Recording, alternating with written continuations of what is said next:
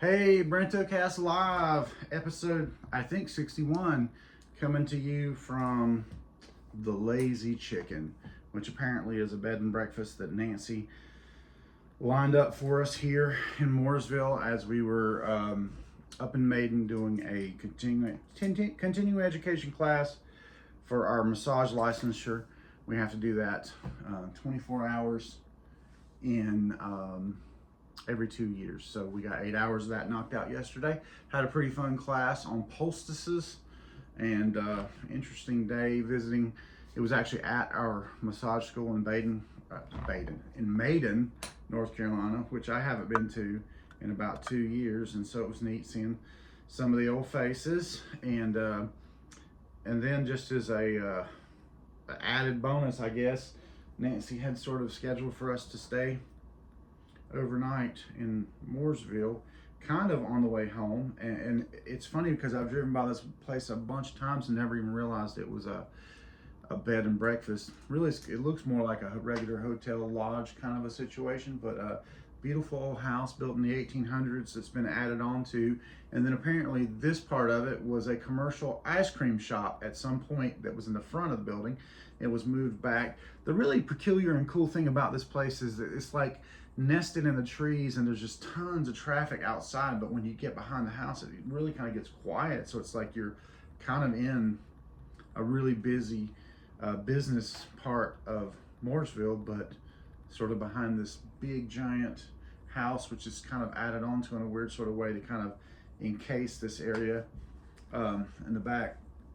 We actually had the breakfast as part of it, and they have a really incredible kitchen, so we did that. And Nancy's doing some sort of little sonic treatment right now, and then I guess after that we will be heading back to start our work day just a little bit late on Monday, and getting on with our working week, which for me today it's going to be printing some products up.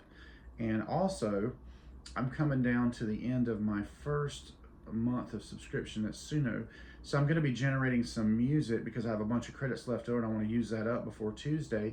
I'm going to be generating some music for my massage therapy. Instead of just having to use a radio service, I can get real specific about what I want to hear working with my clients. And then I'm also, I think, going to do probably an album or two worth of heavy rock, probably an album or two worth of flamenco novie type music, which I really like a lot. I listen to Otmar Lieber quite a bit when I'm working sometimes, and just basically just be creating my own version of this without actually having to learn to play it. So make art button. I'll talk about that a lot. I don't think it's quite as simple as the make art button, although it can be. If you really like me, you're gonna definitely want to put a little more effort into your music, even if you're having it auto generated. And again, this is just a hobby. Like the 90% of the music I create is going to be something that we create with actual instruments, not like some sort of platform. But before this, I feel like we're kind of like at the crossroads of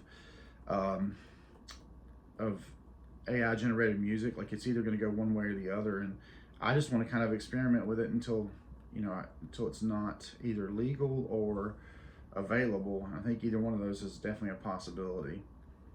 But 2,000 songs is what the maximum. When I say 2,000 songs, every kind of time you do a version of a song, that is considered a song.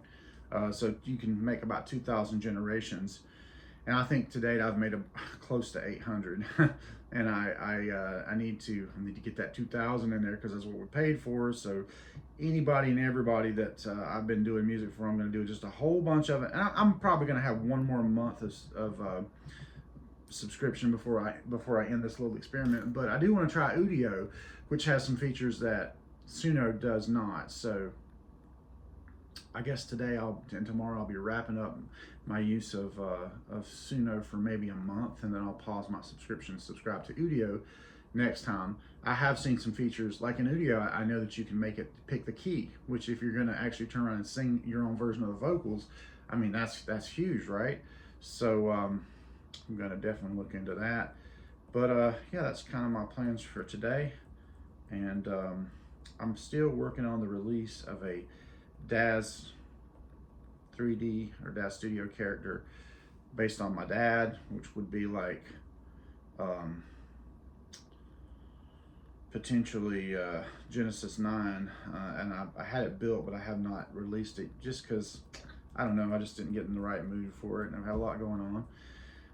Situation with Mom is we're still alive with the Humana. They've kept trying to cancel it. I've kept appealing it, and so far I've won enough to keep it alive, but we are approaching the end of that 100 days of benefits that she gets, and we're still in the process of trying to get her on Medicaid, so I don't know exactly what the future holds.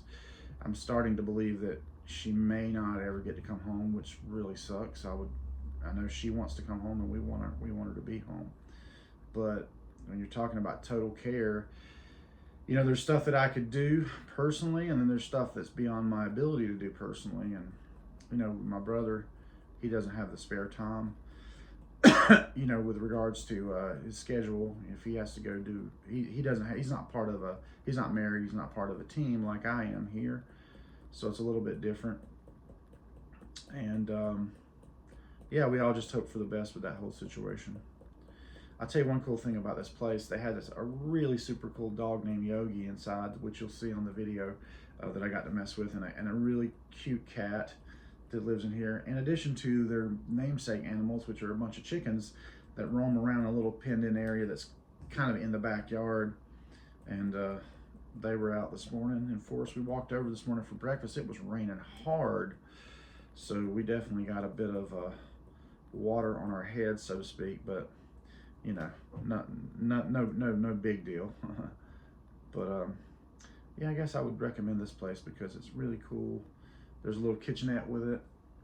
Obviously, the TV, and the folks that run this place seem really nice. I definitely like them. They're my kind of people for sure. I didn't really plan to do a podcast this morning, so I think that's apparent because I've done one super recently.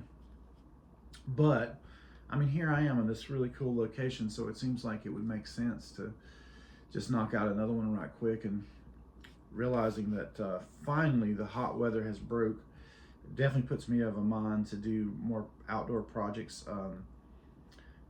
Once again, you know, art stuff has changed, and with AI ever evolving the landscape of filmmaking, music creation, and art creation in general, I do note that we're kind of getting to that place where I could almost script and execute an AI film and be all the actors myself. You know, driving performances I'm talking about that would be interpreted and, you know, re-rendered, recreated, revoiced through AI. And I don't know, the last filmmaking thing that I did really came to nothing. It was just kind of a promotional thing for Better Baden's Boo Fest. And I thought there was maybe the chance that we were going to do some more stuff with that character with Tommy Allen Taylor, but his availability was not to the point where we could do that. And likewise, I think maybe my availability wasn't great either. I was involved in 3 projects, 4 projects, 5 projects even musically that have gotten done now. Another thing that I'm really trying to work on this week and trying to prioritize is getting out the first of the 3 Bowers Foreman albums that need to get out. I've been a little stuck on the album cover design. You know, Harrison really loved this photo for the album called Providence Road, but I started doodling over it because I realized it was super boring to me, and I don't know. I appreciate that it's a good visual metaphor, but I guess I had in mind something a little bit more crazy, you know. And I don't know, I keep coming back to this going, God, this is stupid, but it's so much more interesting looking than just a top-down photo of a road. Even though if it is totally apropos of the album concept, I just think hand-drawn is just the way, because it's like it captures a moment in time. And actually, it's one of the things I've admired about Harrison's album covers is that they've been hand-drawn and written. If you look at his album called Dan D. Lion on iTunes, you'll see what I'm talking about, and that kind of inspired me to want to do something similar for our album art. And you know, here we are. wherever you get, there you are. So I'm kind of merging this down into bigger pieces right now to be able to do more of a polished, finished version. As far as that didn't go well. Let's do that. Okay. Sorry. Yeah. So, oh, the birds are coming out. I had hoped to do some HDRIs. I did pick up a new 360 camera with the hopes that I could get back into making some HDRIs, and I'm probably going to step outside and shoot one of these before we leave if it's totally stopped raining, which I think it has. That's the X4, y'all. It's a little bit bigger than the X3 and 72 megapixel AI aided 360 images. And this one has lens covers, which is the thank God they finally did that, and they're replaceable. So I've taken literally one photo with that. Tried to take one video and the video card was not fast enough, so I'm gonna have to look into what kind of video card I need to, SD card I need to be able to take the video. My email's popping in there on the screen, sorry about that. To take video, you know, that will record fast enough to take 8K 360 video. I haven't ever taken 8K, so that's one of the things. Show you some of the craziness that I've been working on here on the old sketch pad. There's a picture of Mom and Dad. Yeah, so I just need to pull the trigger on that. I'm also finishing up a AI aided album for Ron Vigil, which is sort of a secret. I shouldn't be talking about it here, but I know that his brothers don't listen to this, so that's going to be a bit of a Christmas present. Another interesting project that Harrison and now and I are working on is taking a recording from 1975 in somebody's, I guess, practice room. It's an actual stereo recording of a group playing this really cool song. What was really great about it was they had two backup singers there that were really tight with the lead vocalist, and I'm wanting to emulate that, but to kind of supplant my friend's virtual voice over it to be part of his his AI generated project. This will become a little bit more apparent in future episodes where I'm going to show samples of what I'm talking about. Basically, you can create a voice clone of someone who can't sing's voice and apply that to a guide vocal, so that, say, a person that cannot sing, like my wife, for example, I can make her sing.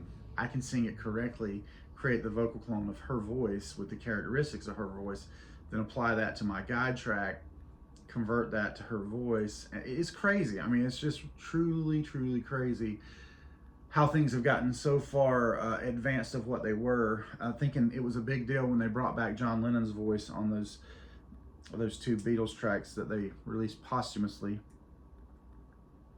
and that was a big deal, and we're all like, wow. And now it's gone so much further, and that was just the tip of the iceberg. And who knows, I mean, like, there may be virtual versions of all of us, you know, that care to have them in the future. Let's just say that you were like a very, very old person when you had your last child or something like that, and you wanted to be there for them in some way, shape, or form to pass on your values, and so that they had a memory of you, even though you were at the end of your time. Potentially, you could be this virtual version of yourself based on writings and recordings of your voice, and, you know, literally, I don't think we're very far from something like that, as weird as that sounds. And although, of course, having you there would be the ideal thing. Having your virtual proxy would be better than nothing, and at least there would be a sense of knowing this parent that had died when you were still very, very young. Stuff like that. Of course, I think about Dad and the fact that I didn't get a lot of his voice. I think I have a few words of his voice on one or two videos, and I've got enough of his face, and I've sort of, you know, created, you know, virtual characters that way. But it would be cool to be able to have a voice clone. You know, again, this is just a part of a memory that lives in your mind anyway. But still, it would be really, really nice. There's birds dashing by the window. It keeps distracting me. But yeah, you know, anyway, these are my thoughts today. I'm going to cut this episode a little bit short because it's getting a little long in the tooth, and I did not have a plan. I will say that I saw the new Deadpool Wolverine movie.